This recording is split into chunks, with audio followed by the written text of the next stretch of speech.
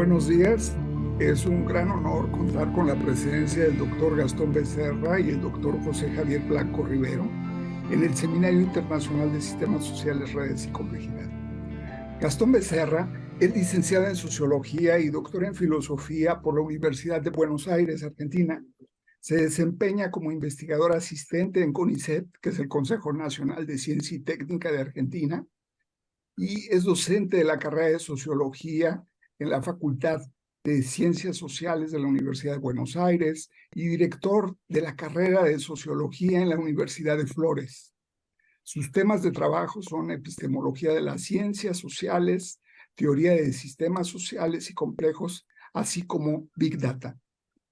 El doctor Javier Blanco actualmente desempeña sus labores en la Universidad de Flores en Argentina.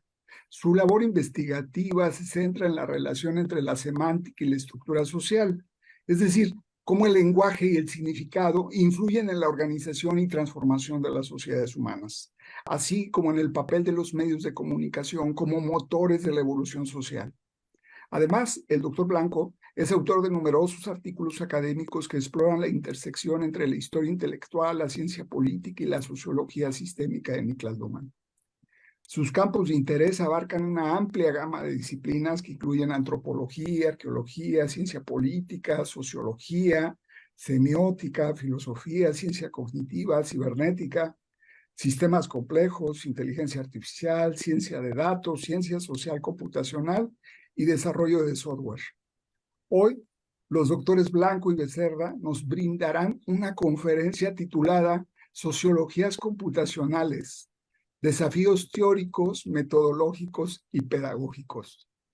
Estamos seguros de que esta exposición proporcionará una visión profunda y valiosa de las nuevas interacciones y formas de organización en el sistema educativo, en la reflexividad y en la formación de los sociólogos y sociólogas de la segunda década del siglo XXI, hoy por hoy.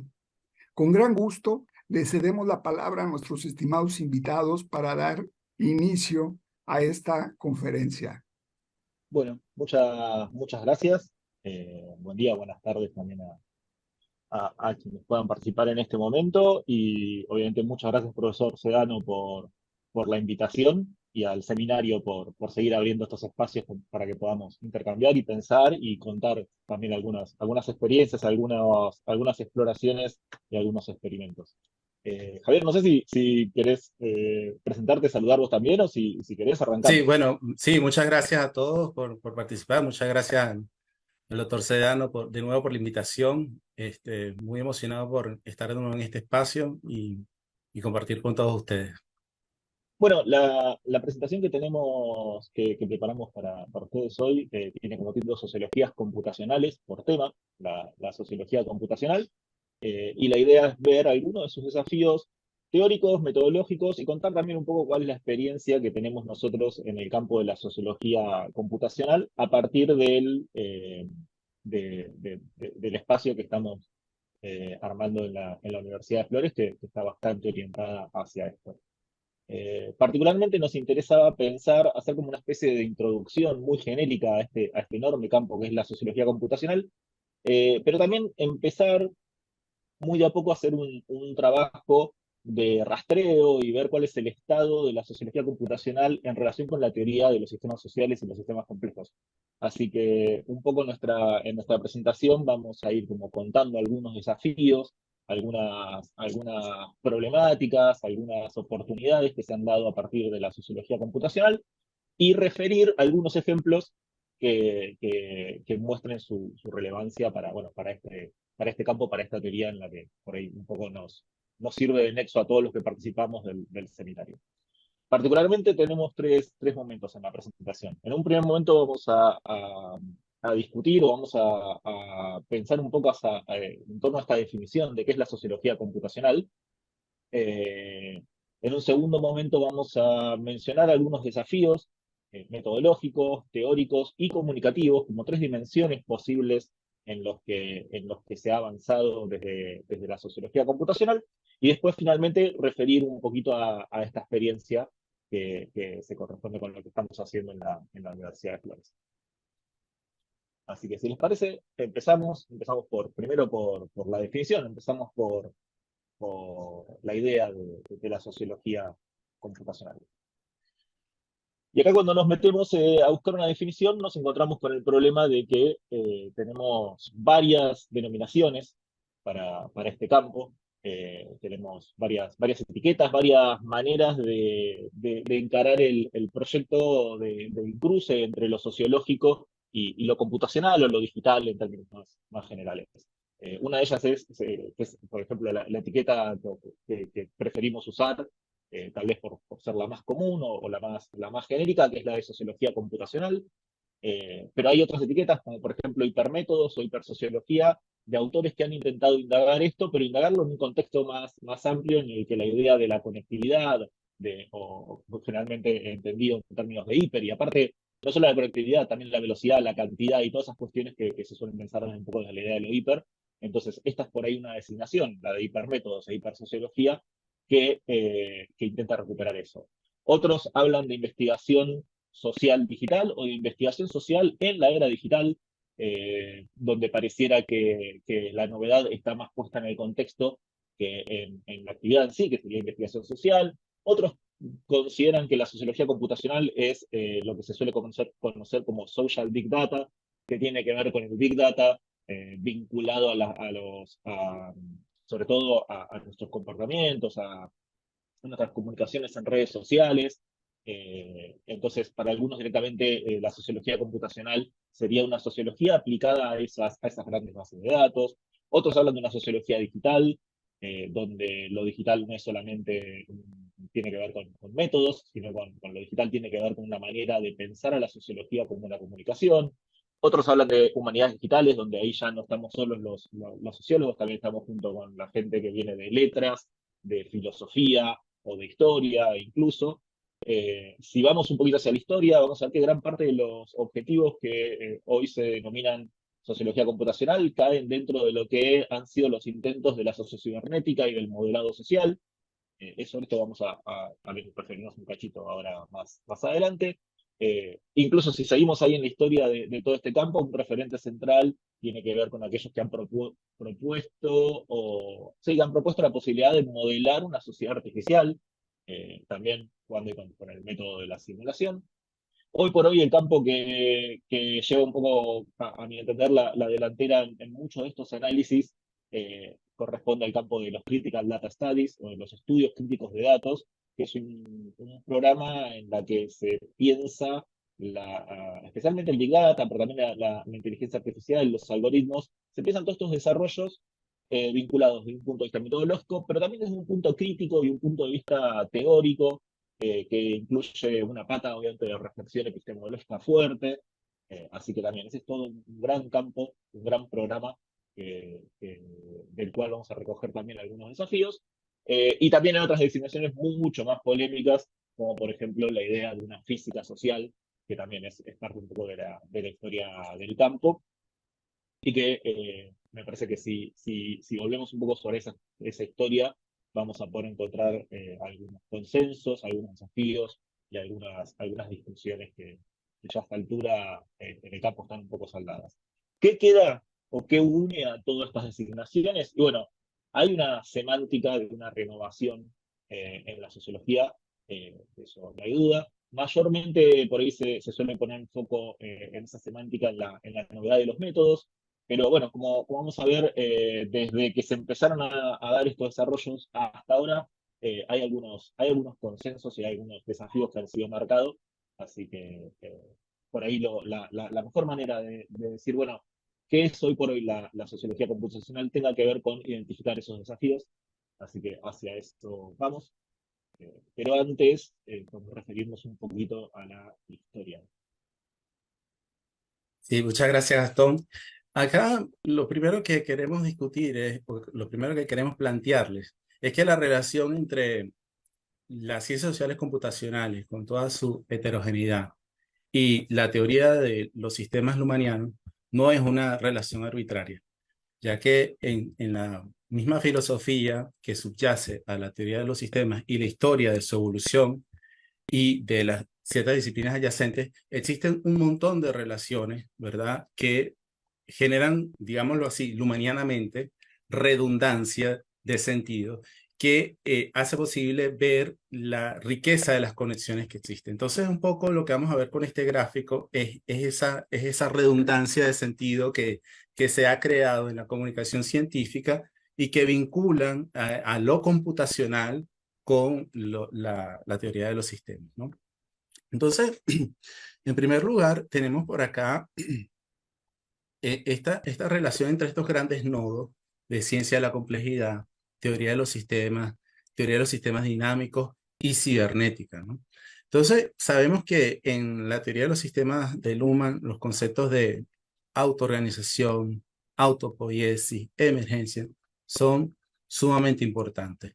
De igual modo, en la teoría de la complejidad y la teoría de los sistemas complejos, el tema de la autoorganización es fundamental y como tal es la base filosófica y teórica de lo que es el Agent-Based Modeling, ¿no? Del modelado basado en agentes, ¿no? El modelado basado en agentes justamente se basa en la idea de que a través de la descripción de reglas simples emergen conductas complejas, ¿no? Entonces, acá tenemos la vinculación del modelado de agentes con los conceptos de emergencia y autoorganización, ¿no? También, si recordamos ciertos pasajes, por ejemplo, de la política de la sociedad, sobre todo el último capítulo, la evolución social, Luhmann tiene mucha relación allí, sobre todo a través de la obra de Ilya Prigogine, con lo que es la teoría del caos y con la teoría de los sistemas dinámicos. Entonces, estas son relaciones que son sumamente interesantes, sobre todo porque cuando hablamos de sistemas sociales, de la forma en que lo describe Luhmann, hablamos de sistemas temporales, ¿no? De sistemas que se basan en eventos. Entonces, se presta mucho para lo que es un modelado desde el punto de vista dinámico de los sistemas dinámicos, ¿ya? También, por ejemplo, se ha explorado la relación entre el concepto de la geometría fractal de Noah Mandelbrot, ¿no? Y ciertos conceptos fundamentales en la sociología lumaniana como el concepto de sentido, como el concepto de medio de comunicación, ¿no? Y de nuevo, con respecto a la teoría del caos, muchos enunciados de Luhmann tienen mucha relación con la teoría del caos, ¿no? Por ejemplo, la sensibilidad a las condiciones iniciales, ¿no? La inestabilidad inherente a los sistemas sociales, tal como lo describe Luhmann, ¿no? Y por otra parte, desde un punto de vista de filosofía de la ciencia, existe una estrecha relación también entre ciertos presupuestos de la sociología lumaniana y la teoría de la computación, ¿no? Las funciones computables. En particular, dada la relación que Luhmann, la relación intelectual, me refiero, que Luhmann establece entre autores como Lars Löfgren, el mismo George Spencer Brown y Gotthard Günther, ¿no?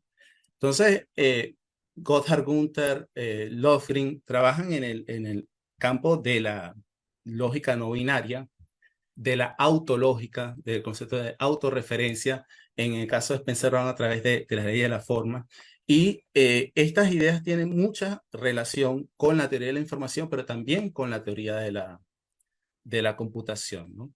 Y en cierta medida se puede ver una relación entre la teoría de las funciones computables y la lógica de Spencer Brown. De hecho, también en la obra de Luhmann hace referencia al modelo de computación de von Neumann, ¿verdad?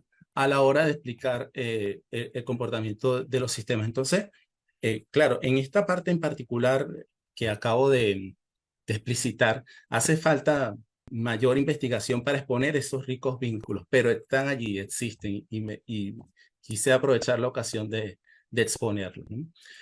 Y por supuesto, este grafo termina en el 2011, pero nos da una buena idea de esa riqueza de conexiones que existe en la evolución de estos campos que dieron lugar o que han alimentado a lo que es la sociología computacional hoy en día, pero que también en su evolución tenían una estrecha relación con las ideas que planteó Luhmann en su momento.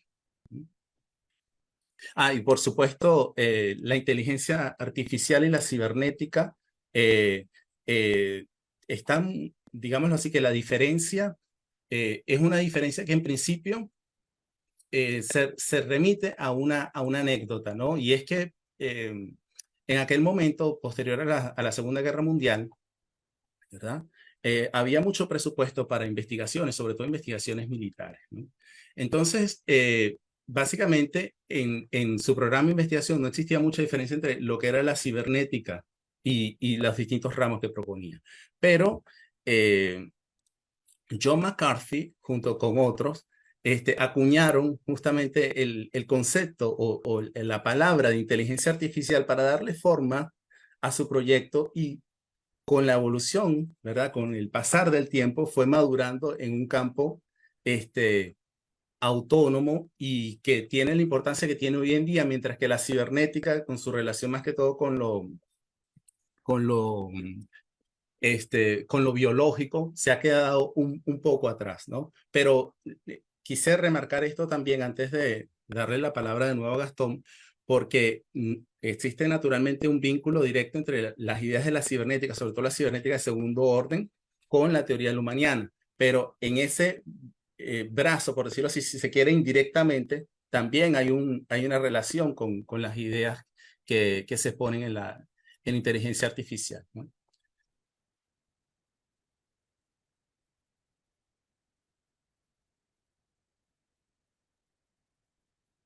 Bueno, en relación al estado actual, o sea, dónde estamos hoy parados con la sociología computacional, como decíamos por ahí, la manera más fácil o una manera interesante para poder dar cuenta de este estado, sea simplemente venir a contar un poco cuáles son los que hoy se consideran que son los desafíos.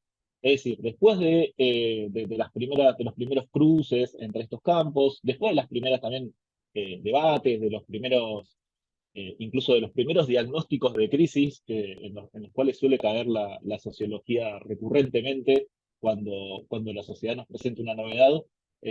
Hoy por hoy, esos debates, esas discusiones ya han dado resultados, ya han dado buenos ejemplos, ya han sido probados. Algunas advertencias resultaron ser, como decimos acá, humo o hype, como dicen en inglés. Y por ahí, una vez que hemos pasado ya por toda esta experiencia, estaría bueno poder definir al campo a partir de lo que consideramos pueden ser sus principales desafíos.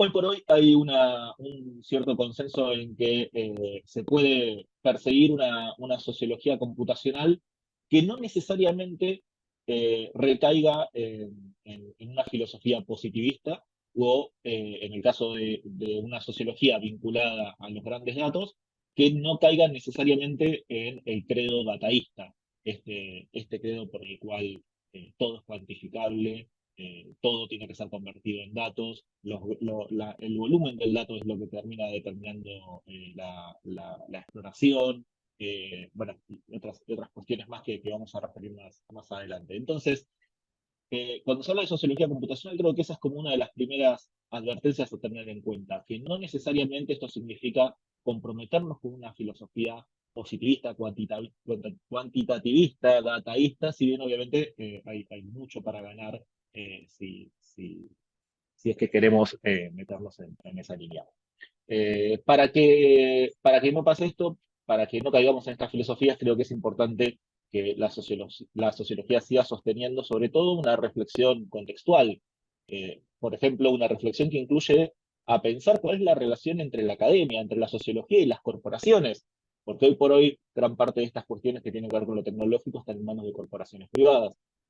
Entonces, dar cuenta un poco de esa relación e incluir la reflexión de lo contextual dentro de su espacio de trabajo nos parece súper central, y también obviamente dar de la discusión epistemológica, como por ejemplo se ha visto a través de las discusiones que tienen que ver con las relaciones entre teoría y grandes datos. Un segundo desafío es que si queremos que la sociología computacional realmente pueda ser algo que podamos aprovechar desde la sociología, la tenemos que evaluar a partir de los avances que se puedan dar en relación a nuestros propios problemas. Entonces, una sociología computacional va a ser una sociología computacional exitosa, va a ser una sociología que sea capaz de hacernos repensar nuestras grandes tensiones metodológicas, como por ejemplo la diferencia entre lo cual y lo cuantitativo, o la distancia entre el campo y el laboratorio. Eh, y lo mismo nos va a pasar con respecto a nuestros obstáculos epistemológicos, como por ejemplo la diferencia entre lo humano y lo poshumano. Entonces, en la medida que la sociología computacional nos permita repensar eso, ese es como un criterio de evaluación que podemos adoptar, que tiene que ver con siempre poner adelante los intereses de la sociología. También necesitamos una sociología computacional que refuerce la mirada sociológica en un diálogo interdisciplinario. Hay mucho, sobre todo en este momento en que la ética de la inteligencia artificial pasa a ser un problema uso Vox Populi, digamos, ya de sentido común, que se discute en los diarios, ahora que la inteligencia artificial se ha masificado, por ejemplo, a través de la aplicación de ChatGPT, y que llega a enormes ámbitos, entre ellos la educación. Bueno, junto con ello se está dando un enorme debate en torno a los desafíos éticos, a los riesgos éticos y a las dimensiones sociales de la inteligencia artificial. Y en ese debate hay un llamado a la gente de ciencias sociales. Es algo que podemos ver en revistas, lo podemos ver en artículos, podemos ver en referentes del campo de la inteligencia artificial diciendo es necesario poder dialogar con gente de ciencias sociales, porque acá hay problemas sociales, hay dimensiones sociales y hay riesgos sociales, y hay incluso hasta problemas epistemológicos que en las ciencias sociales los venimos trabajando hace mucho tiempo. Entonces me parece que es importante que en ese diálogo podamos de alguna manera reforzar nuestra mirada. Y un último desafío que también se suele mencionar bastante a través de los distintos programas de la sociología computacional es que necesitamos una sociología computacional que sea más pública, que comunique mejor, que sea capaz de poner esta mirada sociológica también en el debate público. Eh, Justamente porque somos nosotros quienes podemos dar esa batalla en relación a criterios epistémicos y en relación a los riesgos éticos y sociales de la tecnología. Entonces, estos son como algunos de los disparadores, algunos de los desafíos que después de haber recorrido ya un buen tiempo de historia y de exploraciones y de experimentos y de experiencias, la sociología computacional suele tomar como sus pilares. En lo que sigue de la presentación, bueno, estos distintos desafíos vamos a ver que reaparecen a partir de los distintos objetivos o los distintos caminos o los distintos intentos de la sociología computacional. Así que, dicho esto, si les parece, pasamos ya directamente a lo que suelen ser como las oportunidades, por lo general más marcadas, cuando se habla de sociología computacional, que tienen que ver con oportunidades o con desafíos metodológicos. Entre ellos, por ejemplo, la posibilidad de utilizar y de incorporar grandes datos, o Big Data, o enormes fuentes de datos que hasta hace pocos años no teníamos. También la posibilidad de desarrollar nuevas herramientas para la investigación y eventualmente la posibilidad también de generar experimentos digitales. En relación, por ejemplo, a la disponibilidad de grandes datos, acá se suele marcar que, bueno, a partir de estos últimos 15, 20 años, a partir de la digitalización y a partir de la datificación de gran parte de nuestras relaciones y nuestras interacciones, se han generado enormes bases de datos que registran nuestras huellas y nuestros trazos digitales, pero también nuestras sombras. Es decir, que hay datos que se generan sobre nosotros, de los cuales nosotros por ahí no somos conscientes. Entonces, todo esto genera una disponibilidad, o por lo menos hay una semántica de que hay una enorme disponibilidad de datos. Que por cierto es algo que podemos discutir, porque también es verdad que esos datos son propietarios, que esos datos no los puede explotar cualquiera, que esos datos son fragmentarios, etcétera, etcétera, etcétera. Pero acá el desafío es la posibilidad de empezar a recolectar grandes fuentes de datos para nuestras investigaciones y sin duda hay un montón de herramientas tecnológicas que ayudan en esto. Se puede hacer scrapping, es decir, se puede generar grandes bases de datos recolectando y tomando información de Internet, de distintas páginas web, por ejemplo, o de redes sociales también. En su momento era posible, hoy mucho más complicado. Pero también se puede interactuar con estas bases de datos a través de APIs, que son básicamente interfaces, son puertas de entrada que las mismas aplicaciones por lo general suelen permitir para que podamos consultar a sus bases de datos. Pero Siendo conscientes de estos desafíos que mencionábamos antes, tenemos que recordar que toda esta disponibilidad o esta oportunidad que vienen los datos también viene con ciertos problemas epistemológicos y ciertas evaluaciones epistemológicas que tenemos que hacer sobre esta disponibilidad. Como por ejemplo, sí, es verdad que por ahí hay un menor costo de elaboración de un corpus con el que vamos a trabajar, si es que necesitamos, por ejemplo, hacer un análisis textual. Ahora, este menor costo de elaboración también viene de la mano de un enorme costo de limpieza, porque si nosotros lo que estamos haciendo es recolectar información que no fue creada por nosotros, sino que fue creada para otros fines, muy probablemente va a ser una información que tenemos que descondicionar de ese contexto. Eh, También se ve como una enorme oportunidad la posibilidad de trabajar con datos que tienen tiempos más cortos o incluso la posibilidad de trabajar con datos que están siendo generados en tiempo real, como por ejemplo si estuviéramos analizando un chat, por ejemplo. Esa posibilidad del nowcasting es una enorme, me parece, oportunidad que lo que hace es recortar los tiempos de recolección y análisis de datos. También, bueno, se habla de una enorme vinculabilidad, por el hecho de que estas bases de datos pueden ser cruzadas, pueden ser puestas en relación. Hay un enorme también debate en torno a la naturalidad o a la intrusividad del dato, que tiene que ver con si yo, por ejemplo, tomo un mensaje que un usuario ha escrito en una red social y lo tomo como un dato, uno puede decir, bueno, ese mensaje que fue escrito en una red social no está condicionado por la pregunta del investigador. Y se suele decir que eso es evidencia de una mayor naturalidad o de un dato menos intrusivo, menos reactivo a las necesidades del investigador. Pero por otro lado, también es verdad que ese dato va a estar enormemente condicionado por la plataforma en la cual el mensaje es dado, por la cultura de esa comunidad. Entonces, esta idea de naturalidad es algo que también hay que tomar muy entre pinzas. Y otra cosa que también suele pasar un montón es que, por lo general, estos datos suelen ser proxies de los datos con los cuales nuestras teorías nos condicionan a trabajar. Y en ese sentido suelen ser datos cuyo vínculo con los conceptos está más lejos. Hay una operacionalización muy indirecta. Entonces, también son datos que de alguna manera tenemos que tomar con mucho recaudo. ¿Cuál es el desafío hoy por hoy para trabajar con estos grandes datos? Bueno, el desafío es poder hacerlo de una manera que sea consciente del dataísmo, consciente de esta semántica que nos dice que todo es dato, que todo debe volverse dato, que es el volumen lo que determina esto, y que además supone otra cosa, que supone la confianza en las corporaciones que son los que manejan los datos, que cada vez pareciera que esta tarea está un poco más lejos de la academia. Entonces, una manera de enfrentar este desafío es, por ejemplo, haciendo una deconstrucción de las historias de los datasets con los que trabajamos o documentar bien la historia de un dataset si que lo estamos generando nosotros. Ahí hay un montón de perspectivas, especialmente todo lo que tiene que ver con feminismos de datos es, es uno de los desarrollos más avanzados y me parece que vale la pena tenerlo presente. Comento un ejemplo para que todo esto no nos quede tan lejos de los intereses. Eh, Hay un trabajo que ya tiene varios años de Stephen Roth en la revista International Journal of Technology and Human Interaction, en lo cual él de alguna manera sugiere que podemos medir o podemos visibilizar la diferenciación funcional a partir del Big Data o a partir de los grandes datos. En este caso, el Big Data referiría a la colección de Google Books.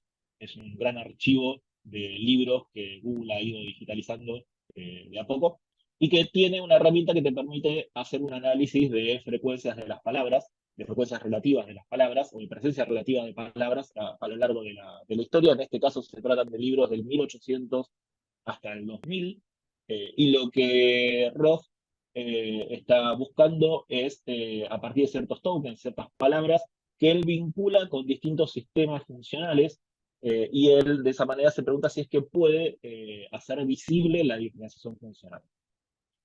Podemos ver, por ejemplo, acá sobre la derecha, estos dos gráficos están uno arriba del otro.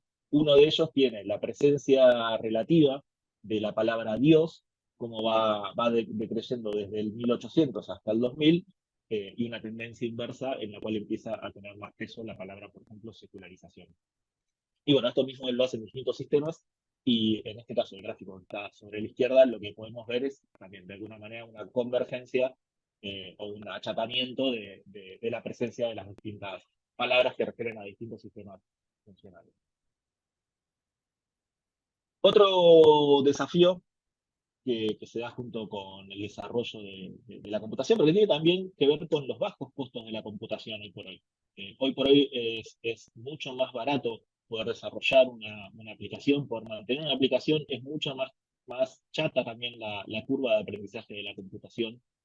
Decididamente ya programar no es un skill solamente de gente que se va a dedicar solamente a la informática. La programación ya es una herramienta que es prácticamente inevitable en cualquier profesión. Entonces, todo esto supone una cultura, además de desarrollo, que supone que no es tan difícil empezar a generar nuestras propias herramientas.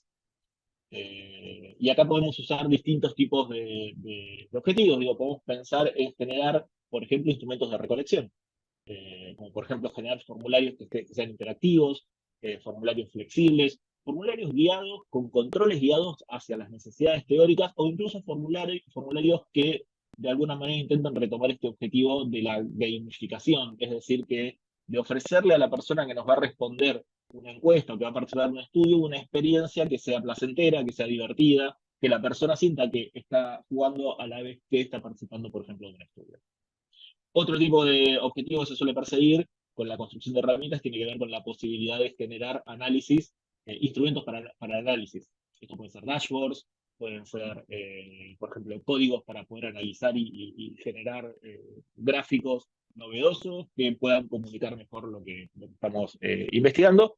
Y esto sin mencionar la enorme posibilidad las distintas oportunidades que nos van a empezar de a poco a dar las aplicaciones que incorporen inteligencia artificial.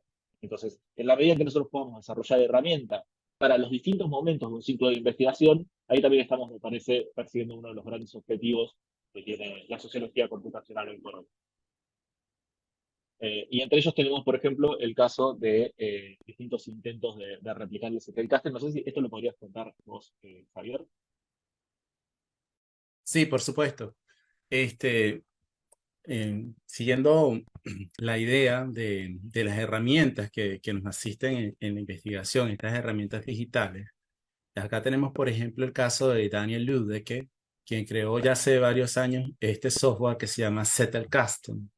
Y es un software que replica directamente la misma estructura que Luhmann creó en su Zettelkasten. Entonces, tú abres una nota, a esa nota se le asigna un código y puedes relacionar las distintas notas que creas haciendo referencia a los códigos, ¿no? Y de esta forma vas creando como un árbol de conocimiento. La idea de esta herramienta y de herramientas que se inspiran en el Zettelkasten es ser como una suerte de asistente del pensamiento, por decirlo así. Se trata de tener una herramienta para hacer crecer tus ideas, para ayudarlas a madurar y sobre todo para tener esa perspectiva de ver las conexiones. Y en este orden de ideas, por ejemplo, acá en la parte baja tenemos una imagen de una aplicación que se llama Logseq, que tiene también cierta inspiración en estas ideas de interactuar con lo digital para incrementar la mentalidad, ¿no? Sobre todo, o nuestro pensamiento, para incrementar nuestra potencialidad de pensamiento, ¿no? Sobre todo en esta idea de la cognición extendida, ¿no? Entonces, este software Logseq y la imagen en concreto que estamos viendo allí, lo que nos hace es darnos un gráfico basado en todas las notas que tocamos, todas las notas que hemos realizado, disculpen, nos da un gráfico de las conexiones que existen entre todas ellas. Tú puedes crear páginas, le das temas, le pones un tema o puedes crear notas sueltas, ¿verdad? Y puedes hacer referencia también a otras notas que has hecho.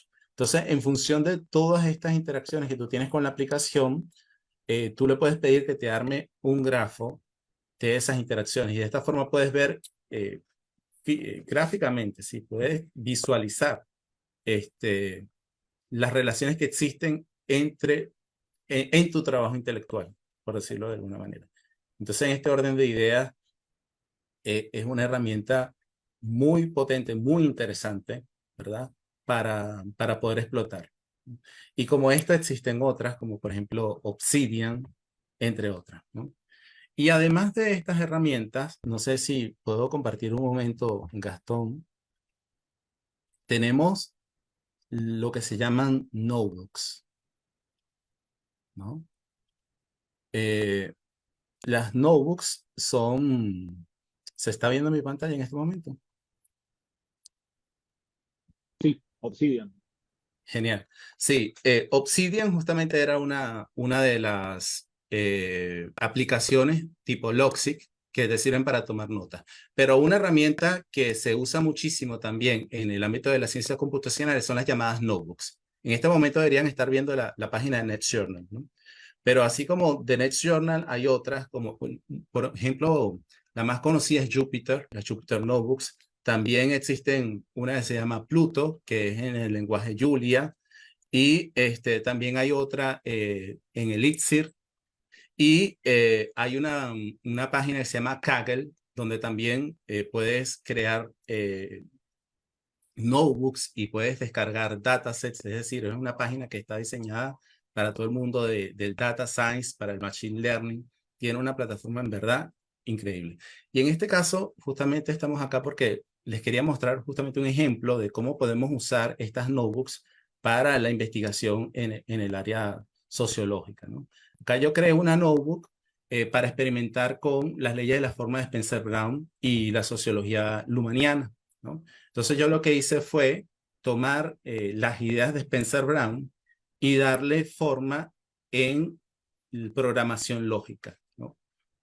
Entonces acá utilicé un lenguaje que se llama Clojure, ¿verdad? Y un paquete de programación lógica, y básicamente lo que hice fue traducir las iniciales del cálculo, por ejemplo, que estamos viendo acá, traducirlas en una fórmula, ¿no? En una función. Entonces, este ejemplo que les quería mostrar tiene la intención justamente de ilustrar cómo podemos utilizar estas herramientas para formalizar ideas que nos encontramos en nuestras lecturas, ¿no? Entonces, esto, por ejemplo, en ciencia de la computación se le llama una especificación ejecutable, ¿no? Porque tenemos una idea formalizada, como lo es el cálculo formal de Spencer-Brown, ¿verdad? Y le podemos dar una traducción en un programa que se ejecute, y de esta forma podemos probarla, ¿no? Recordemos que, por ejemplo, en la matemática existe una forma de prueba que es la inducción formal, ¿verdad? Que tiene sus reglas, sus procedimientos, y es algo estrictamente matemático, pero la computación nos permite también probar cosas, ¿no? Ejecutar un programa y cerciorarnos de que corre, y de esta forma tomarlo como una especie de prueba de validez, ¿no? Por supuesto que esto trae nuevas preocupaciones o nuevas ideas desde el punto de vista de la filosofía de la ciencia en cuanto a lo que validez significa y lo que, sí, lo que implica la validez cuando modelamos, ¿no? Entonces, dejo de compartir y le paso de nuevo la palabra a Gastón. Dale, perfecto. Otro objetivo que, que, que parece, que parece abrirse junto con la llegada de las invenciones computacionales es la posibilidad de hacer experimentos digitales. En este caso, la idea de experimentar no sería la misma que la estaba mencionando recién Javier, sino que sería la idea de hacer un experimento en el sentido de una metodología experimental. Es decir, en el sentido de poder generar un setting en el cual controlar variables, aplicar estímulos y poder controlar el manejo de los participantes para poder dar cuenta de un objetivo causal, de una inferencia causal.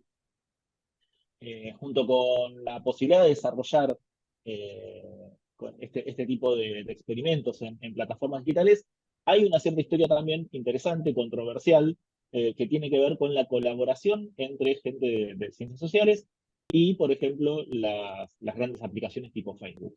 Entonces, se han intentado hacer experimentos, como por ejemplo el experimento del contagio emocional, que tiene que ver con en Facebook jugar un poco con los ratios en los que se muestran en un feed, o sea, en un muro donde entran los usuarios a ver noticias de otros usuarios, jugar un poco con el ratio entre mensajes positivos y mensajes negativos.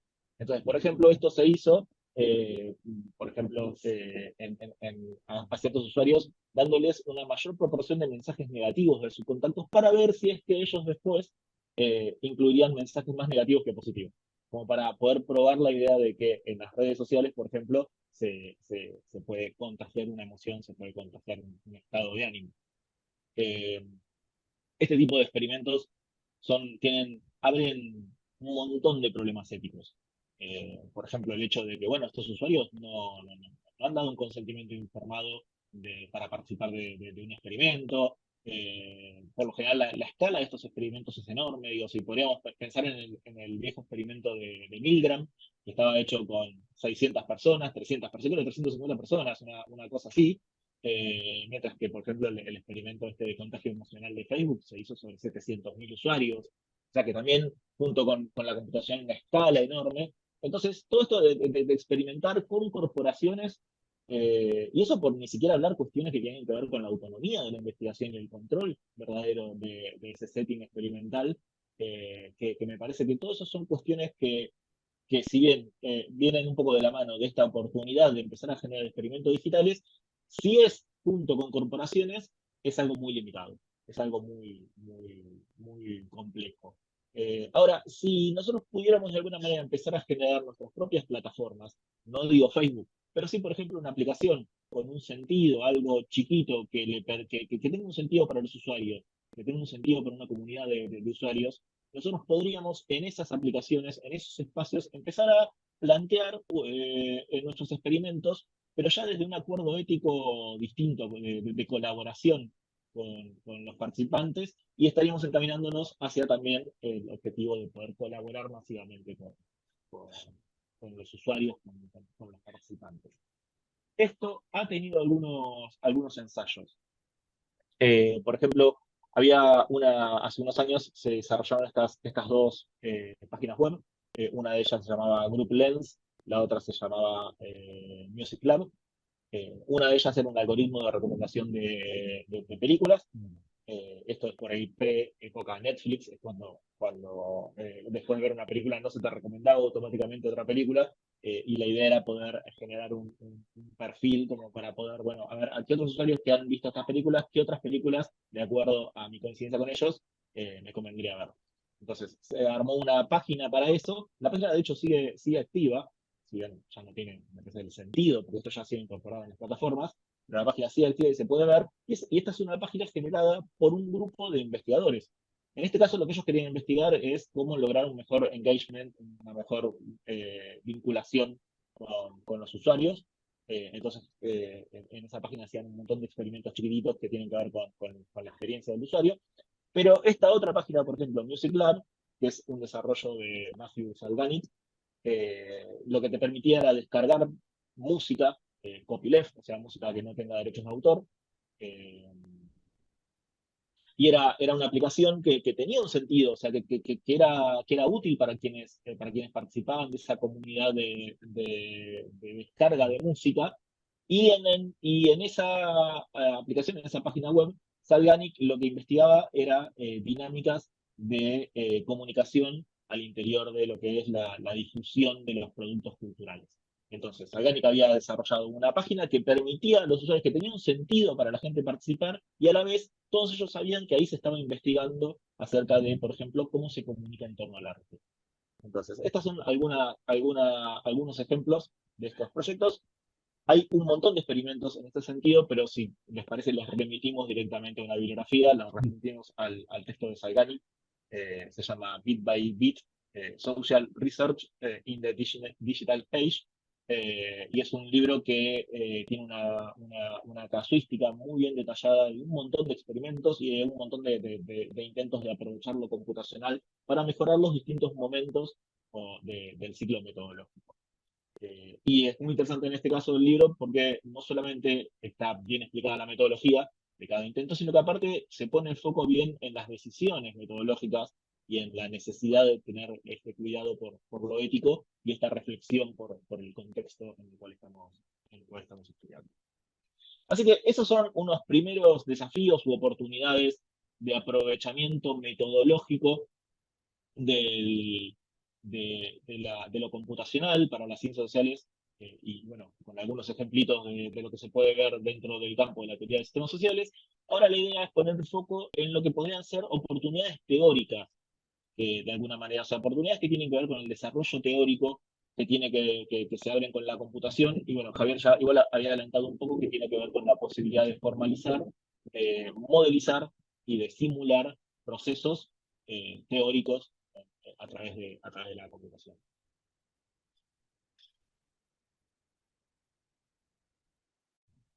Gracias, Gastón.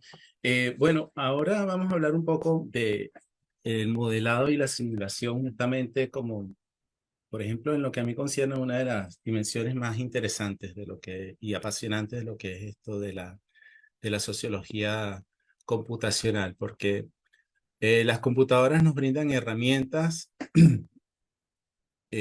para poder tomar una idea y verificarla de otra forma, ¿no? No es una, ¿verdad? Pero en cierta forma es una forma de verificación formal, si se quiere, ¿no? Porque podemos tomar una idea y traducirla a un modelo, ¿verdad? Y observar cómo este modelo se comporta. Y de esta forma, las hipótesis que tengamos, ¿verdad? Se pueden validar, se pueden discutir, se pueden rechazar.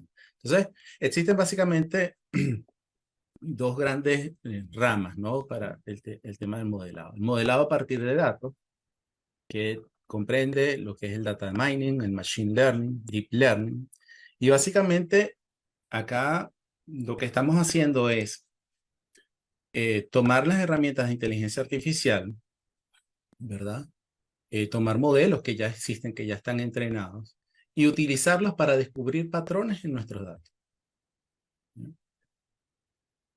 Por otra parte, tenemos el modelado teórico y el modelado matemático y la simulación, ¿no? En este caso, ya hay distintas ofertas desde el punto de vista tanto del software que puedes utilizar como de la metodología que puedes utilizar. Pero en términos generales se trata ya de que tú tienes que introducir en el modelo un conjunto de reglas, un conjunto de parámetros que los agentes que estés utilizando, que vayas a crear, van a llevar a cabo. Y la idea es construir la complejidad desde el fondo hasta arriba, ¿no? Es decir, cómo a partir de reglas simples pueden emerger sistemas complejos, ¿no?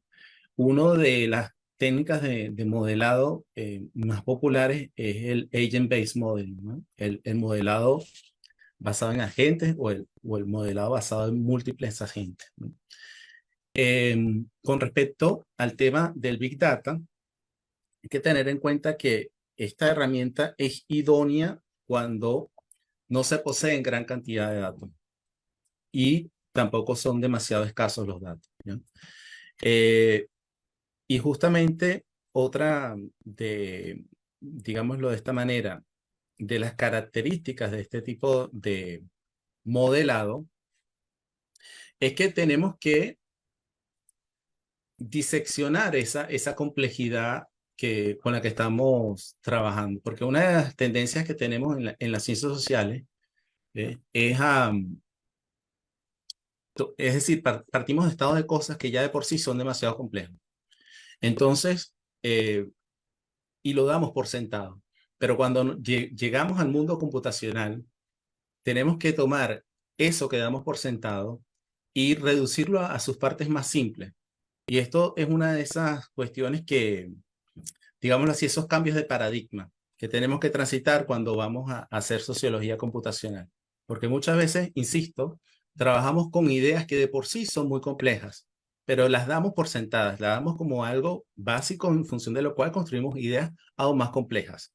Pero cuando vamos al mundo computacional, eso que damos por sentado, no nos damos cuenta que ya en sí es una idea compleja que está sujeta a la prueba, que está sujeta a la demostración y que tenemos que deconstruirla, tenemos que diseccionarla en sus partes integrantes, ¿verdad? Y ponerlas a prueba y ver cómo funcionan. Entonces, por ejemplo, nosotros con dificultad podríamos modelar un sistema funcional, ¿verdad? Tenemos que modelar un proceso de ese sistema funcional. Entonces, el pensamiento en modelos nos ayuda a esto, ¿verdad? Porque justamente el principio del que partimos es todo modelo es falso, en el sentido de que no tiene ninguna correspondencia con la realidad, ¿no? Pero hay modelos que son útiles. ¿Por qué? Porque los modelos nos sirven para poder representar ciertos procesos y hacernos una idea de cuáles son las fuerzas que están allí para, digámoslo así, las fuerzas que están allí obrando para producir esas estructuras emergentes que observamos en la realidad, por decirlo de esta manera. Entonces, a continuación vamos a ver un conjunto de ejemplos, ¿no? En el campo sistémico.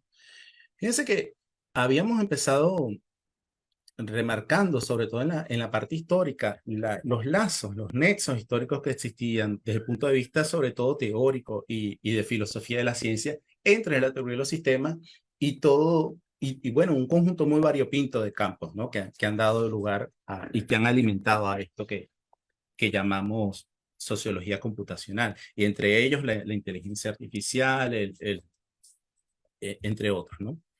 Pero una cuestión que también vale la pena recalcar, que vale la pena resaltar, es que la teoría de los sistemas se presta mucho a este tipo de formalizaciones, ¿no?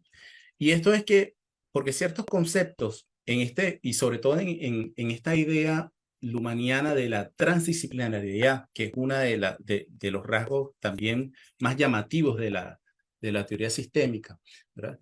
En este afán lumaniano de transdisciplinariedad, él se comprometió también con muchos esquemas teóricos, como el de la autopoiesis, como el del cálculo formal, que se prestan a la inducción matemática, ¿no? Entonces, por ejemplo, hay estudios como el de Chris Goldspin, que trabajan sobre el concepto de autopoiesis, otros que vamos a ver más adelante, que trabajan sobre el concepto de doble contingencia, ¿no? Entonces, son ideas que se pueden operacionalizar desde el punto de vista computacional. Entonces, esto, insisto, antes de continuar con los ejemplos concretos, es algo que tenemos que tener en cuenta y que es muy importante, ¿no? De nuevo, insisto, no es algo que sea muy alejado, muy difícil de operacionalizar el tema de la teoría de los sistemas con estas herramientas. Bueno, obviamente hay una dificultad intrínseca, pero no es algo alado por los cabellos, no es algo que carezca de plausibilidad, ¿no? Sino que al contrario. Entonces, en este caso, vamos a empezar con este artículo de Da Silva, Das Graças y Ribeiro, que es un artículo interesante, primero por los autores, ¿no? Son todos brasileños y no pertenecen a las carreras de sociología, son, digamos así, pertenecen a carreras técnicas. Entonces es interesante que incluso su manejo del Luhmann, que no es para nada malo, ¿no? Y por otra parte también es interesante porque en este artículo que se titula Un modelo multiagentes para vincular lo micro y lo macro derivado de la visión computacional de la teoría sistémica de Luhmann, ¿verdad? Ellos lo que hacen es formalizar las ideas de Luhmann al traducirlas a un modelo que se puede implementar como un software, se puede implementar o dentro de un modelo como, digámoslo así, dentro de una plataforma o herramienta como lo que es NetLogo.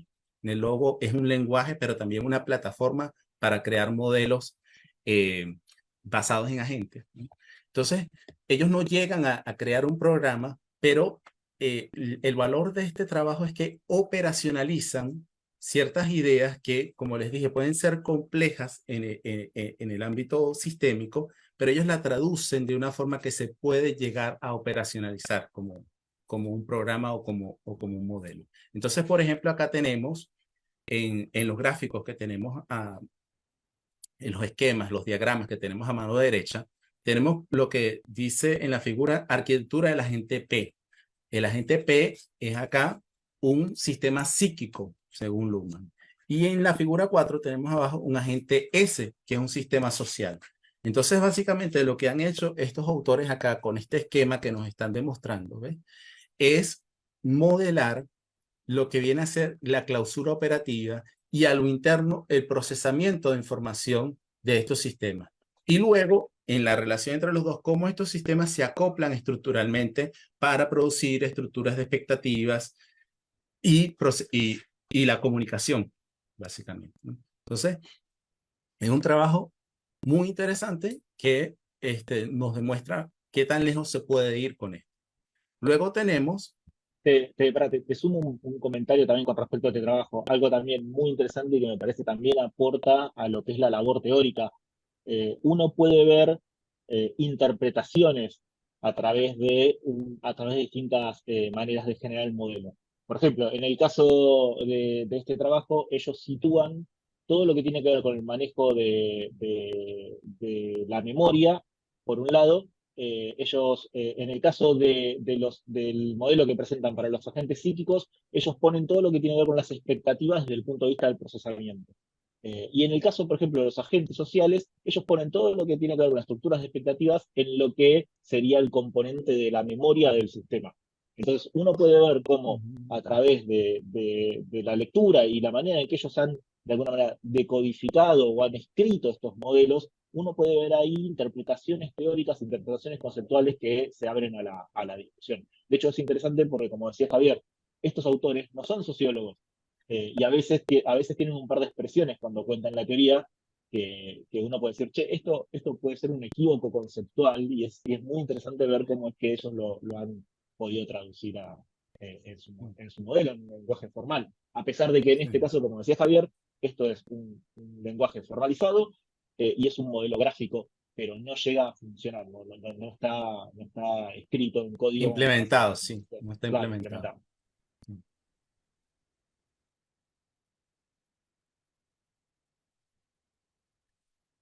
Luego tenemos el caso de este artículo de Manfred Hulsak, Information, Meaning and Eigenforms, información, significado y formas propias, sería la traducción literal, ¿no? A la luz de la sociología, el modelado basado en agentes y la inteligencia artificial, ¿no? Quizás lo que falta acá en este artículo, a mi juicio, es el tema de la inteligencia artificial, que no lo veo muy claro. Pero este artículo tiene la bondad, me parece, de poder llevar a cabo sí, a diferencia del anterior, en este caso, Fulsac sí llega a ejecutar el modelo, lo ejecuta justamente en la plataforma de NetLogo. Y les decía que lo interesante de este artículo es que llega a probar formalmente lo que viene a ser el tema de procesamiento de sentido, ¿no? Y el tema de la información, ¿no? Básicamente, lo que Fulsac trata de demostrar acá es que es parte del problema de la relación entre información y significado y el contexto que le dan a estos dos conceptos la obra de la teoría matemática de la información de Shannon y Weaver. Como sabemos, Shannon y Weaver dejan de lado lo que tiene que ver con el significado en su teoría matemática de la información. Ellos se concentran desde un punto de vista de la ingeniería, por decirlo así, en el problema práctico de la transmisión de la información, ¿no? Y el problema de cómo hacer llegar un mensaje de un punto A a un punto B a través de un canal ruidoso, ¿no? Entonces, básicamente, ese es el problema, y en función de ello es que Shannon formula su famosa definición de la información. Pero lo que propone Fulsac acá es que el significado va a emerger como una forma propia, como un atractor extraño, como un sistema dinámico, como un nivel de segundo orden, por decirlo así, como sí, en el nivel de la observación de segundo orden, si se quiere, aunque él utiliza propiamente el concepto de eigenform, que viene ¿cómo se llama? Heinz von Förster, que viene de la filosofía de Heinz von Förster. Entonces, básicamente, él logra demostrar su hipótesis con este modelo, en donde él crea distintos agentes. Ciertamente hay un montón de simplificación acá, pero de todas formas el ejemplo es ilustrativo. Entonces, vuelvo, él básicamente pone en relación distintos agentes y estos agentes tienen como un diccionario de palabras y un campo de referencia a distintas cosas, ¿no? Entonces, en principio, la relación de atribución de palabras a cosas es arbitraria, pero luego, y dado que estos agentes pueden compartir sus definiciones, se van estabilizando esas relaciones de palabra-cosa. Se va estabilizando estas relaciones de palabra-cosa, ¿no? Entonces, este es de nuevo un ejemplo sumamente interesante de cómo podemos utilizar la simulación computarizada para validar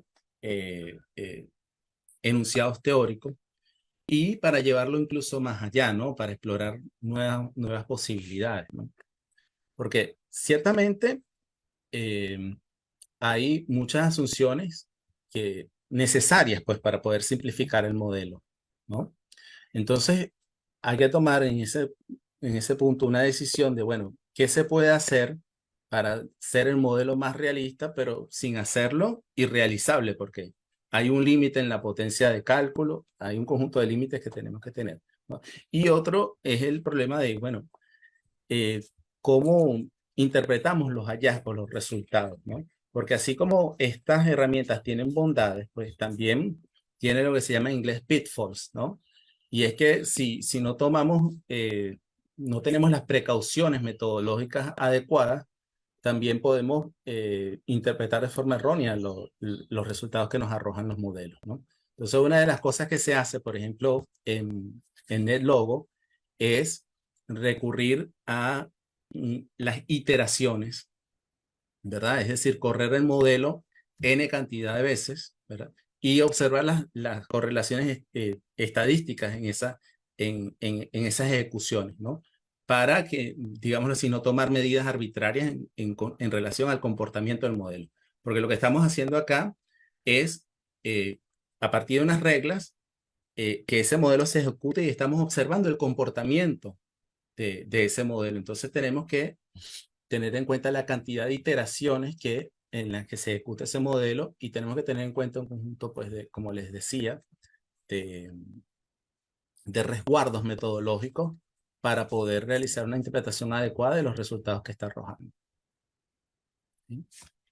Te sumo otro comentario también. Otra cosa muy interesante que tiene este modelo es que hay una convergencia entre este experimento y un experimento clásico de inteligencia artificial que se conoce como Talking Heads Experiments, que tiene que ver con también poner a unos robots a negociar, a hacer una negociación simbólica. Y es muy interesante porque son dos experimentos que están pensados desde dos mundos teóricos totalmente distintos, con objetivos totalmente distintos, y el experimento en sí es prácticamente análogo. Los procesos que están modelando, que están simulando en esos experimentos son análogos, los resultados a los que llegan con los experimentos incluso son análogos. En los dos casos, por ejemplo, se observa que en escenarios de enorme complejidad lo que hay es una diferenciación de lenguajes. Entonces, digo, eso también es interesante, porque esa es otra vía más de vincular distintos campos de conocimiento a través del espacio ahora directamente de la manera en que las teorías, que pueden ser totalmente distintas, son convertidas a un escenario de simulación.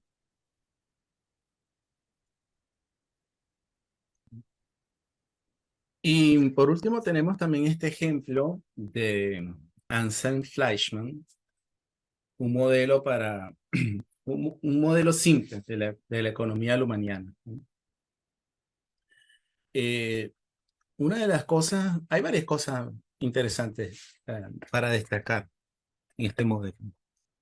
En primer lugar, una de las virtudes que tiene este trabajo es que Fleischmann sistematiza las ideas de Luhmann. Y esto es algo que desde el punto de vista de nuevo de ese cambio de paradigma, esa transición, es muy importante, ¿no? en el modo en que cambia nuestra forma de pensar, ¿no?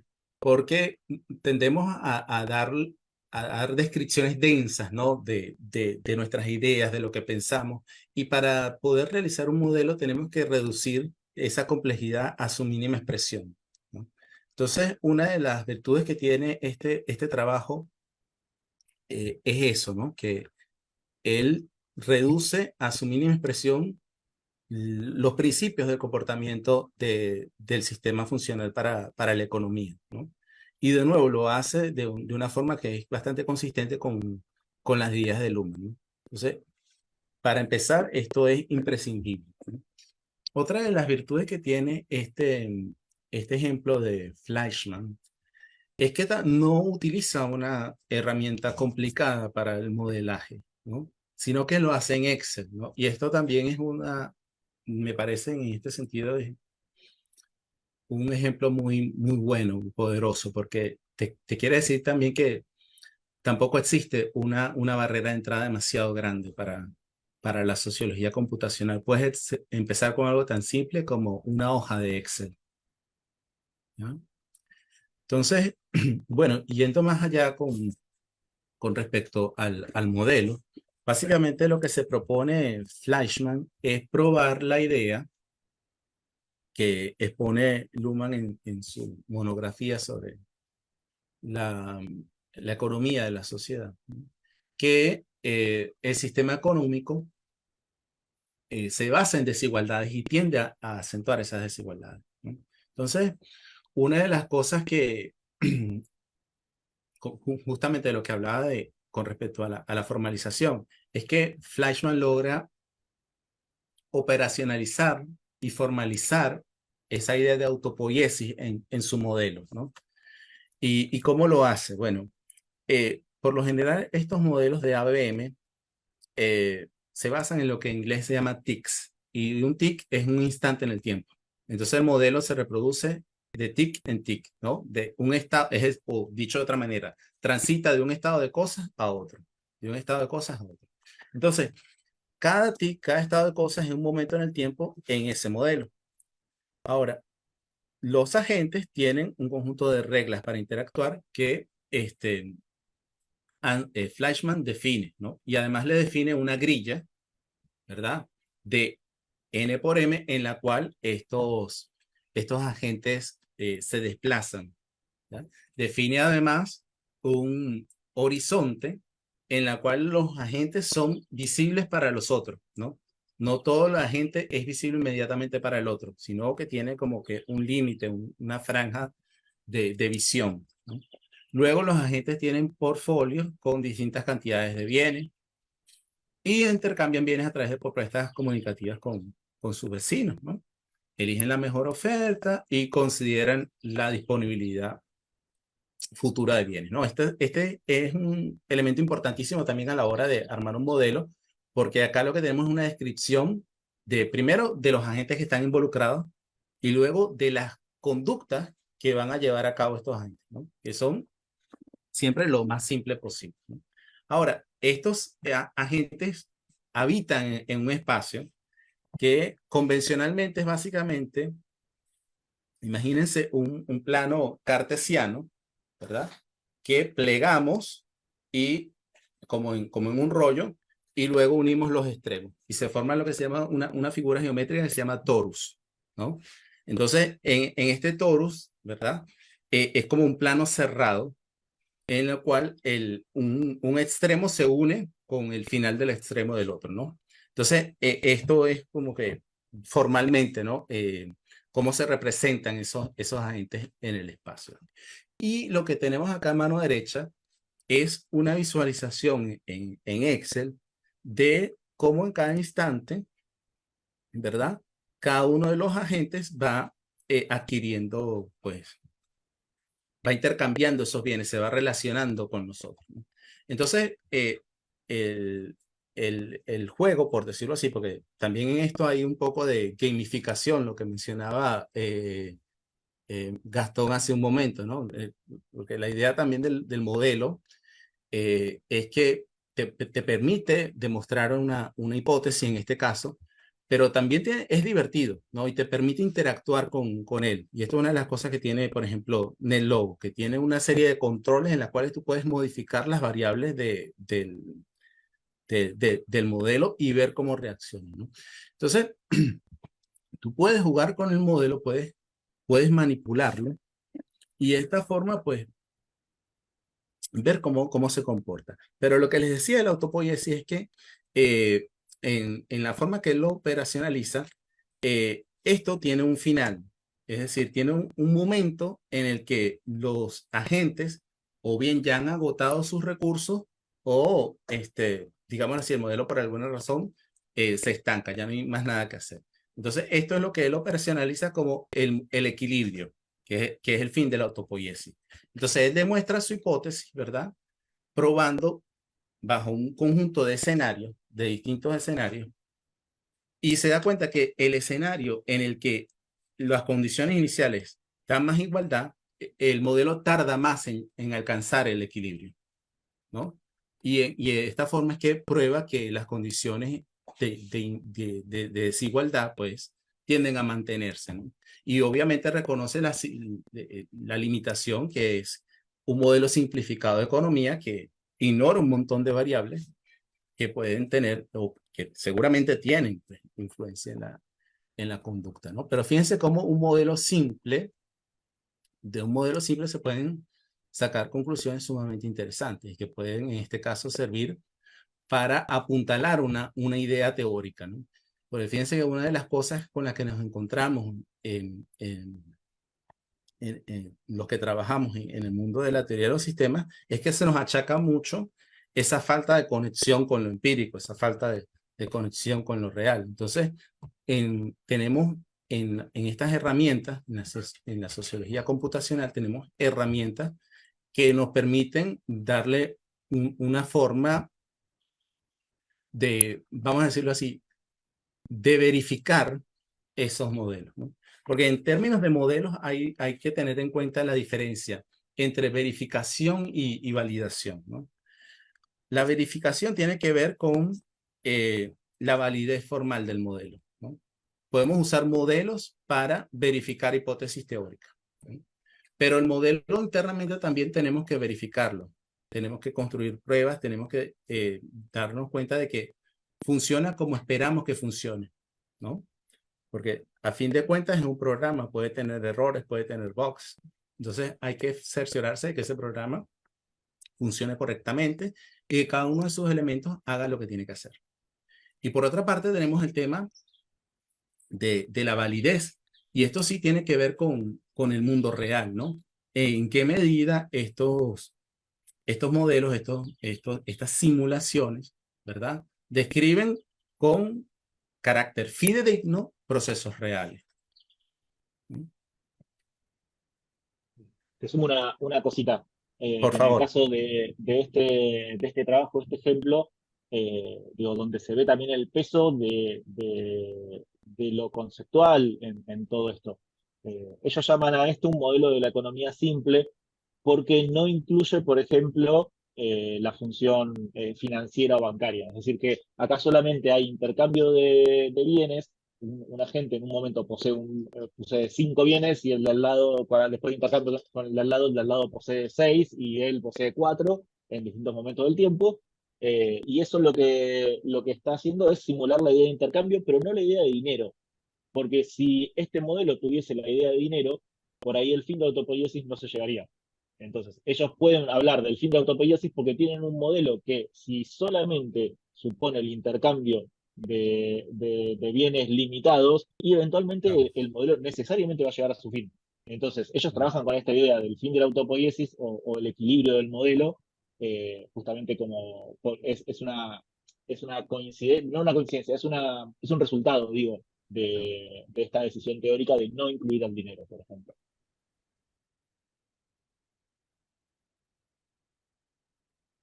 Comento una cosita también.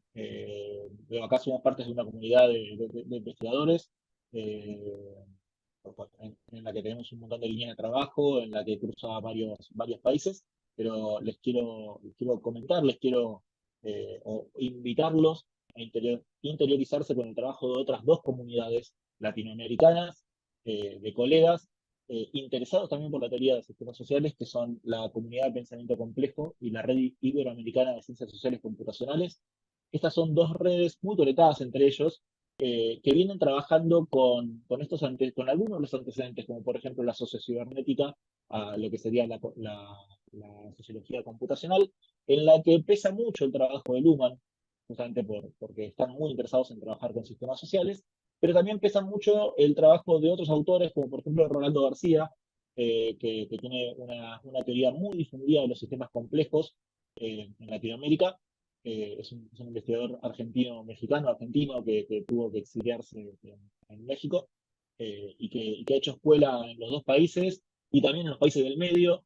Es una comunidad que un poco entre estos dos autores está empezando a tener un diálogo, y está muy bueno porque ellos están muy avanzados en términos de modelado computacional y de modelado matemático. También tienen varios colegas, hay varios colegas que vienen más del palo de la física o de la matemática. Está bien, podemos discutir si es que está integrados en física social o sociología, y todo eso es parte de las discusiones propias del campo, pero es una comunidad que en ese sentido tiene una experiencia que creo que vale la pena que conozcamos, y que creo que un poco vincular estas comunidades podría llegar a ser algo con mucha potencia. Bueno, hasta ahí un poco lo que tiene que ver con los desafíos teóricos, cómo la sociología computacional puede ayudarnos para repensar la teoría, para poner la teoría en funcionamiento, para poner la teoría bajo los influjos del tiempo, podríamos decir, y ver cuáles son los rendimientos teóricos, y ver cómo podemos hacer visibles los distintos procesos conceptuales o los distintos procesos sistémicos que la teoría nos pide conceptualmente. Pero hay también un nuevo desafío que es parte de todo o una nueva oportunidad que tiene que ver con todo este desarrollo de la sociología computacional, que tiene que ver con lo comunicativo también. Y aquí el desafío es la posibilidad de empezar a digitalizar y datificar nuestro conocimiento social, y también de empezar a pensarnos como académicos digitales. Acá uno de estos objetivos podría ser, por ejemplo, el de generar recursos digitales para la investigación y para la docencia, generar recursos que sean colaborativos, de acceso abierto, bien documentados, crear herramientas para la investigación textual, y también, ¿por qué no?, generar datasets, que cada vez empieza a tener un peso más dentro de la comunidad científica, como un producto en sí mismo y no como un medio para escribir un artículo. Hoy por hoy, incluso hasta los mismos datasets se pueden subir a repositorios que tienen identificadores, y por lo menos acá en Argentina, por ejemplo, el sistema a través del cual se hacen las evaluaciones, que es un sistema que está dentro de todo como adoptado por las distintas instancias, desde las universidades hasta las agencias, hasta el CONICET, que es el órgano que nuclea a gran parte de los investigadores, que es el sistema de gestión y evaluación académico del SIGEVA. El SIGEVA ya tiene una sección propia para subir datasets, y se empieza a valorar dentro de las evaluaciones, es decir, dentro de la producción de los mismos autores. De vuelta, si somos conscientes y reflexivos de lo que esto significa en este contexto en particular, también uno podría decir, bueno, es lógico, el dataset se ha valorizado, pero se ha valorizado porque es la nafta, es el petróleo de la inteligencia artificial, es el motor de la inteligencia artificial, son los datos, son los datasets. Entonces uno podría decir, bueno, guarda que esta revalorización también viene de la mano de los intereses de ciertas corporaciones, etcétera, etcétera, etcétera, etcétera. Pero bueno, no hay duda que esto también es uno de los objetivos, uno de los grandes desafíos que tiene la sociología computacional. Y acá queremos referir al trabajo de un colega, que es Rosario Rogel, que ha hecho una experiencia que me parece que está buenísima, de la cual no voy a contarlo porque de hecho ella ya lo ha presentado acá en este seminario, que es este trabajo que hicieron de Luhmann en la web. Me parece que es un gran ejemplo de cómo se puede de alguna manera digitalizar, datificar distintos productos del conocimiento, y con eso generar herramientas que a la vez sirvan para la comunicación y para la divulgación de la obra, por ejemplo, de Luhmann. Y otro desafío que podemos mencionar es el de pensarnos a nosotros mismos ya no solamente como investigadores de las tecnologías de la información y la comunicación, como gente que las aprovecha metodológicamente, sino también como actores de la comunicación digitalizada. Y esta es un poco la idea a la que refiere Deborah Lupton cuando habla de un académico digitalizado, y cuando nos recuerda que así como se han datificado las ciudades con esta idea del Smart City, o como se empieza a datificar la idea del sí mismo. Esta es una idea muy interesante. Nosotros, de hecho, la trabajamos en un equipo de investigación de la Universidad de Flores, trabajamos un poco con esta idea, la idea de un self datificado, un self cuantificado, que tiene que ver con cómo a través de los datos, a través también de la cuantificación, nos empezamos a vincular con nosotros mismos. Por ejemplo, todos tenemos un celular probablemente que registra la cantidad de pasos que damos. Están aquellos que usan, por ejemplo, relojes inteligentes y miden, por ejemplo, su nivel de cansancio, su nivel de descanso, cuándo tomar agua. Y eso tiene que ver con una datificación del cuerpo, de los rendimientos, de los estados de ánimo. Hay, por ejemplo, aplicaciones de gestión menstrual para las mujeres que, por ejemplo, te avisan de antemano qué días puede ser que tu ánimo esté un poco más tenso por una cuestión de tu ciclo menstrual. Entonces, esto tiene que ver un poco con empezar a vernos a nosotros mismos a través de los datos. Digo, estos son campos que se han ido identificando, pero también se está identificando, por ejemplo, y que creo que tiene mucho menos reflexión, se está empezando a datificar la labor académica.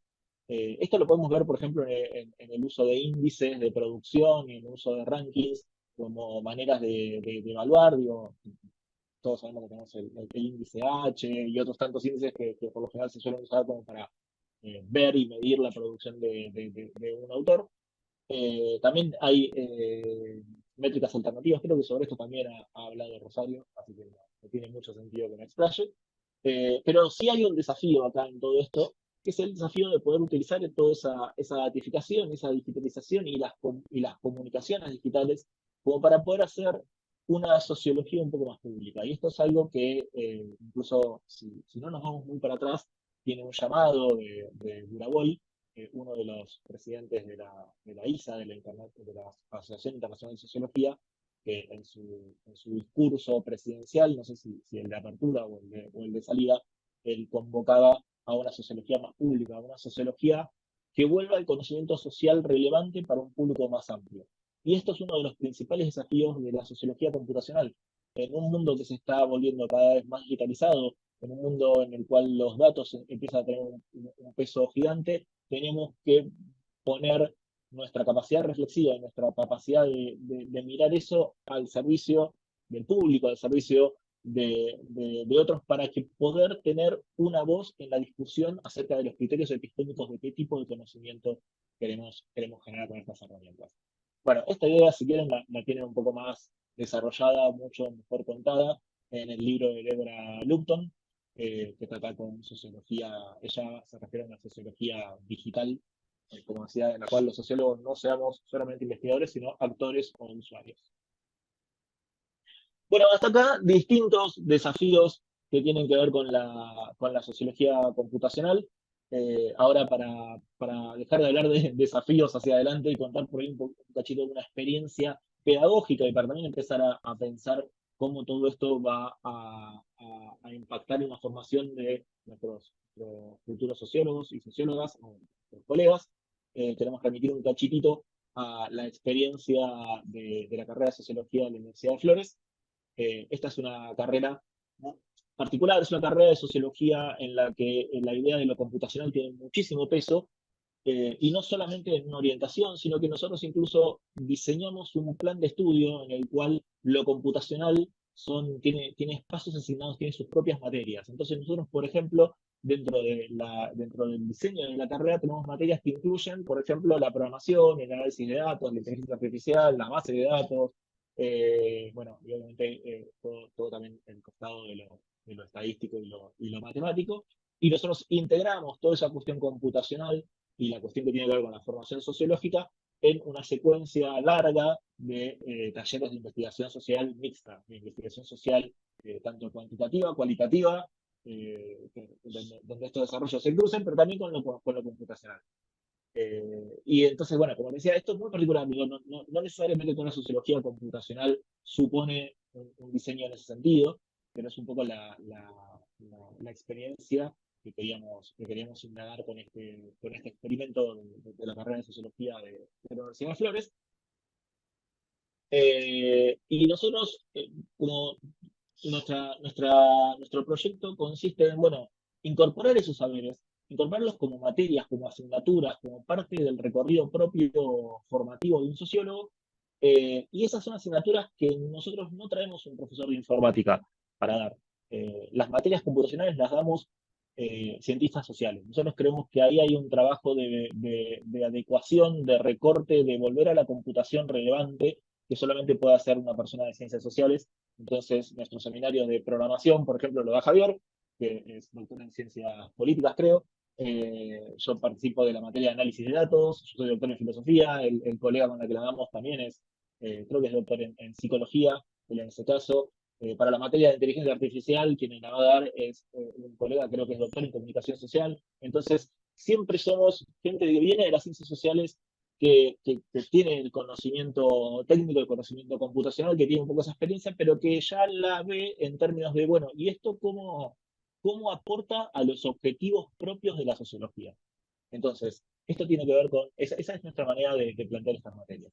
Aparte, esas materias por lo general están ligadas a proyectos de investigación, algunos de los cuales me encantaría contarles, pero todavía no puedo porque están todavía en una instancia muy inicial, pero seguramente en un par de meses podamos volver a mostrar por acá por el seminario ya contando algunos resultados. Y bueno, también, como decía, tienen espacios de integración donde lo computacional, lo teórico y lo metodológico conviven. En todas estas materias, lo que nosotros solemos hacer es tenemos dos módulos, o distintos módulos, pero que se pueden agrupar en dos grandes módulos. Un módulo técnico, en el cual nosotros hacemos prácticas, donde aprendemos a programar, donde aprendemos a manejar un lenguaje, donde aprendemos a manejar las herramientas, o sea, donde podemos incorporar lo computacional desde la práctica, pero casi siempre con casos relevantes o con preguntas o para realizar análisis que están guiados por una teoría. Entonces, tenemos todo ese costado técnico que nos permite poder entender el mundo de lo computacional desde adentro, por ahí no como un ingeniero, porque obviamente lo que vos podés ver en una materia de programación no te va a permitir ser un desarrollador luego de una sola materia. Digo, claramente es mucho más complejo, pero por lo menos la idea es que los estudiantes sean capaces de leer código, de participar en repositorio, de poder sostener una charla con un colega que venga de otra disciplina, una disciplina computacional. Entonces, ese es el sentido de los módulos más técnicos, los módulos más prácticos. Pero también todas esas materias tienen un módulo sociológico, un módulo en el cual nosotros hacemos una reflexión de la dimensión social y epistemológica de la tecnología. Entonces, por ejemplo, en la materia de análisis de datos, lo que nosotros tenemos en ese módulo es el encuentro entre la sociología, que hacemos un recuento histórico de cómo la sociología se ha ido parando frente, por ejemplo, a la emergencia de las ciencias de datos. Entonces, ahí hay un debate histórico, han habido publicaciones, han habido posiciones, entonces nosotros hacemos un recorrido por ese debate y después nos ponemos con cuestiones que acá hemos mencionado, que tienen que ver con la ética de la investigación con Big Data o la discusión epistemológica a partir de las ciencias sociales computacionales. Eso lo vemos, por ejemplo, en la materia de análisis de datos y en la materia de base de datos, por ejemplo, lo que vamos a hacer es una sociología del Big Data. Es decir, vamos a indagar en torno a ese fenómeno tecnológico que tiene menos de 10 años y que yo creo es un poco uno de los grandes cambios tecnológicos porque es lo que favorece, lo que facilita la emergencia y esta nueva explosión que tenemos de la inteligencia artificial.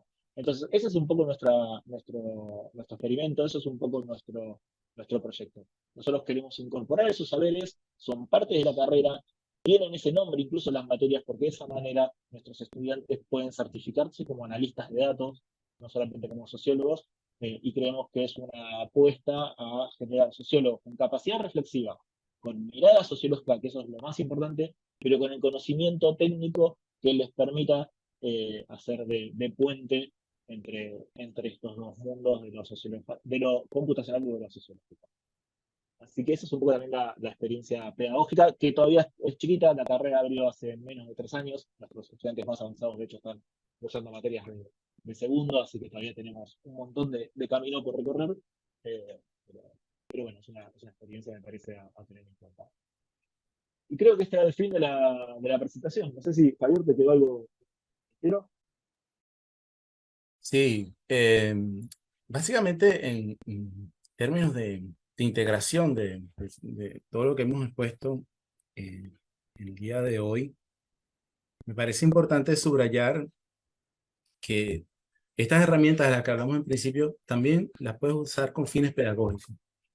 Es decir, no solamente puedes utilizarlas para experimentar, para probar, desarrollar un modelo, sino para dar tus clases. Y sobre todo la comunidad en el Logo tiene mucha experiencia en este campo y puede resultar bastante efectivo.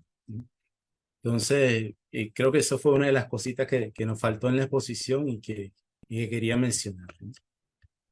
Pero bueno, el resto, creo que Perdí Gastomía, le agradecemos mucho su participación en este seminario y bueno, quedamos atentos a sus preguntas e inquietudes. Javier, Gastón, impresionante exposición, ¿eh? Extraordinaria. Esperamos preguntas, esperamos comentarios de todos aquellos colegas que escucharon esta conferencia, pero déjenme decirles que me parece que sus desafíos que plantea Gastón pues son realmente contiendas y confrontaciones que todos los sociólogos tenemos en términos de reconstruirnos como sociólogos ante las nuevas tecnologías. Es decir, es una oferta y es una propuesta que nos interpela a todos los sociólogos en términos de continuar operando con las nuevas tecnologías o definitivamente quedar fuera de esta lógica internacional, mundial que tenemos actualmente. Y pues estas oportunidades que ustedes ven son posibilidades y ocasión, por supuesto, pues para transformarnos. Es decir, no hay más remedio. Realmente impresionante. Y impresionante la licenciatura en Sociologías Computacionales de la Universidad de Flores, que debería de tener sucursales en toda América Latina, en Chile, en México, en Venezuela, en Ecuador, en Cuba, ¿no? Es decir, Bueno, es virtual, así que no necesita sucursales. Quien tenga ganas se comunica con nosotros, se suma, o incluso digo, tenemos también un par de proyectos en común bueno, con colegas de la red, así que vamos a ver si podemos hacer algunas experiencias pedagógicas compartidas entre instituciones.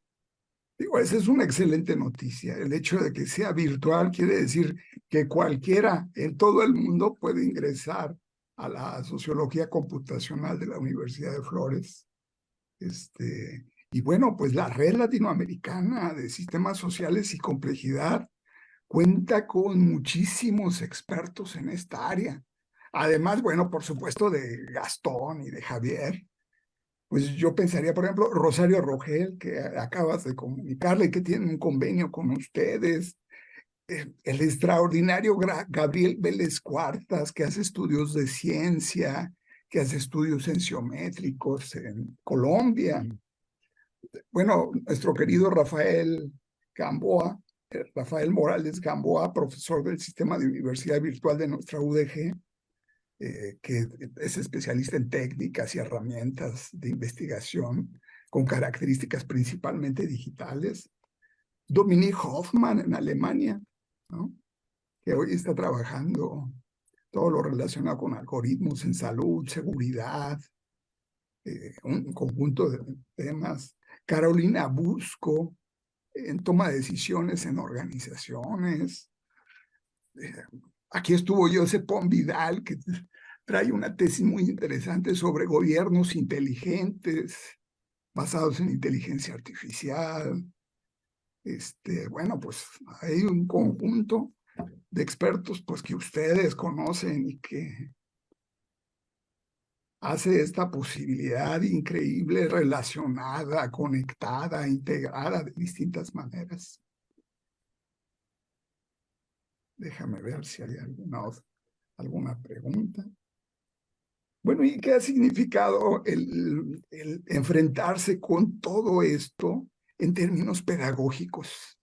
Que siempre, siempre es un dolor de cabeza en todas las universidades, sean analógicas o estoy seguro sean digitales, ¿no? ¿Cómo les va con eso?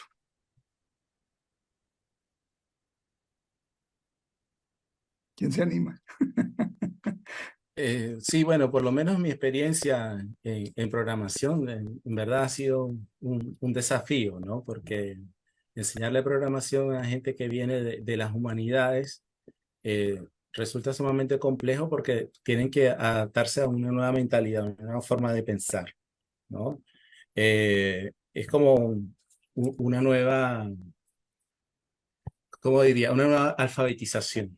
Una alfabetización que no solamente es digital, manejarse con los medios, sino conocer tu computadora. Porque no es solamente programar, conocer un lenguaje de computación, porque también tienes que conocer la herramienta con la que estás trabajando. Pues muchas veces nosotros manejamos nuestro software simple, nuestro Windows, pero conocemos un poco cómo funciona nuestro computador, ¿no?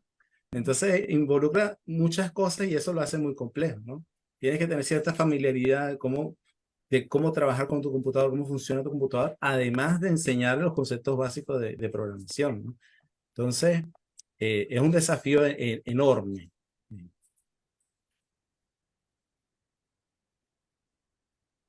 Sí, yo creo que también otro desafío que se suele dar es que por ahí quienes, algunos de nuestros estudiantes, por ejemplo, pasan por una experiencia que me parece muy loca, a mí me resulta muy interesante, muy divertida. Yo, de hecho, a veces digo que esta carrera es la carrera que me hubiera gustado vivirla más como estudiante que del otro lado, que es el hecho de, por ejemplo, estar en la semana, digo, empezar la semana viendo sociología, digo, viendo Bourdieu, leyendo acerca de Weber y terminar programando, terminar la semana tirando código. Pero eso es una experiencia genial, sobre todo para alguien que tiene en la semana que combinar ese tipo de habilidades, lo cual también tiene sus problemas, porque por ahí muchos de la gente que quienes quieren estudiar sociología se sienten muy cómodos con la lectura y solamente con la lectura. Entonces digo, están quienes cuando empiezan a meterse en lo computacional tienen una expectativa a veces difícil de regular.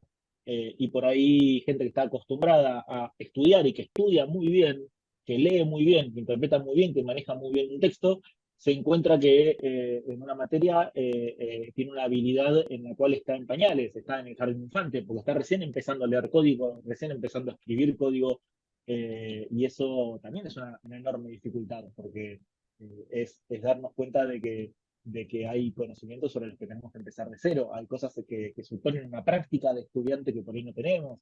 Así que bueno, hay un montón de desafíos.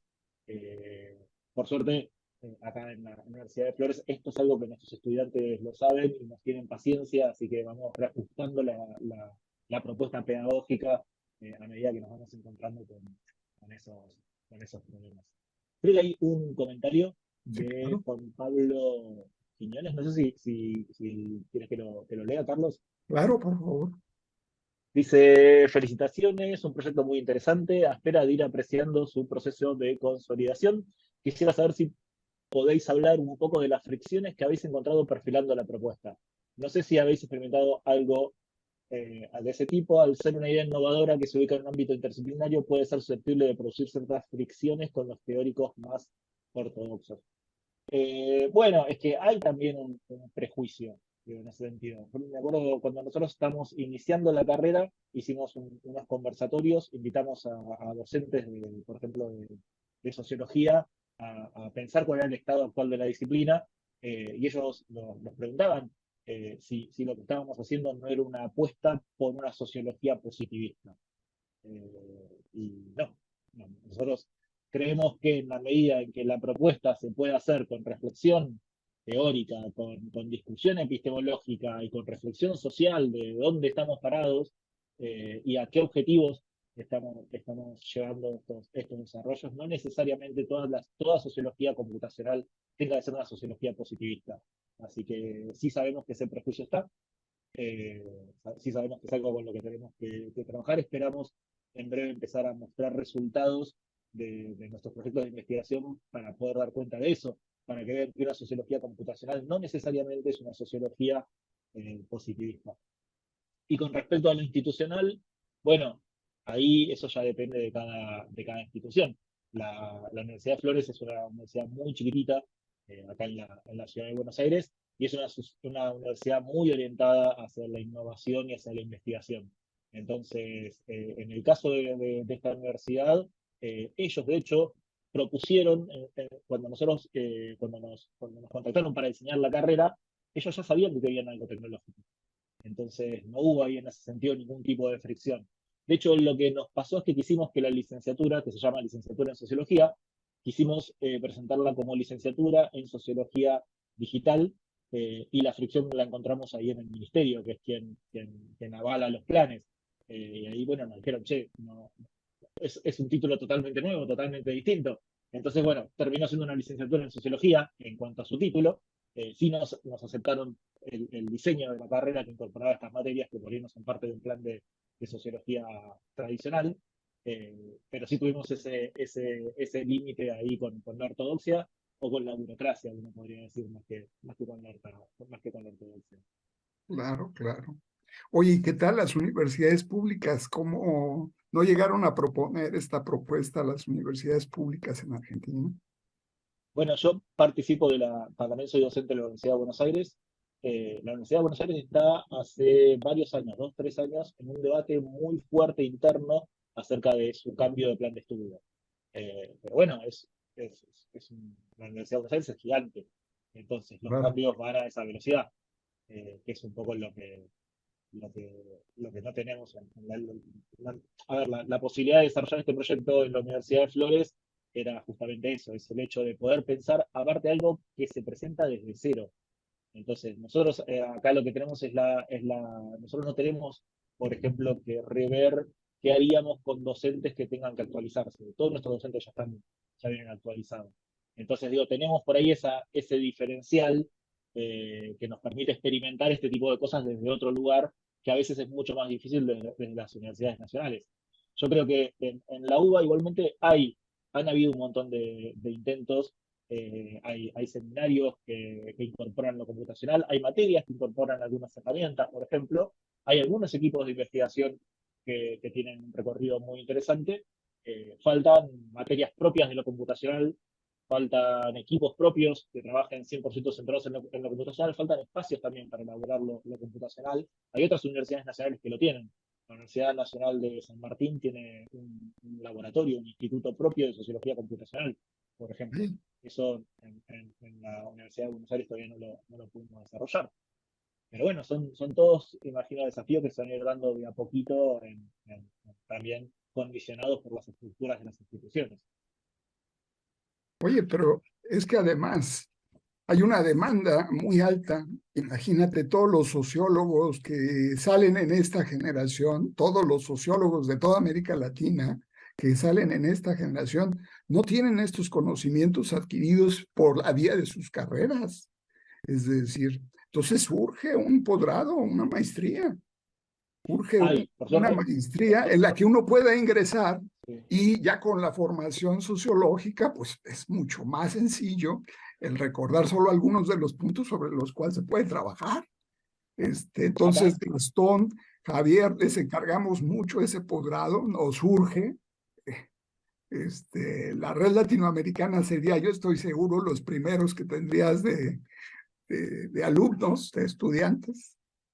Y suena muy interesante, es decir, ya, pero córrele porque la necesitamos.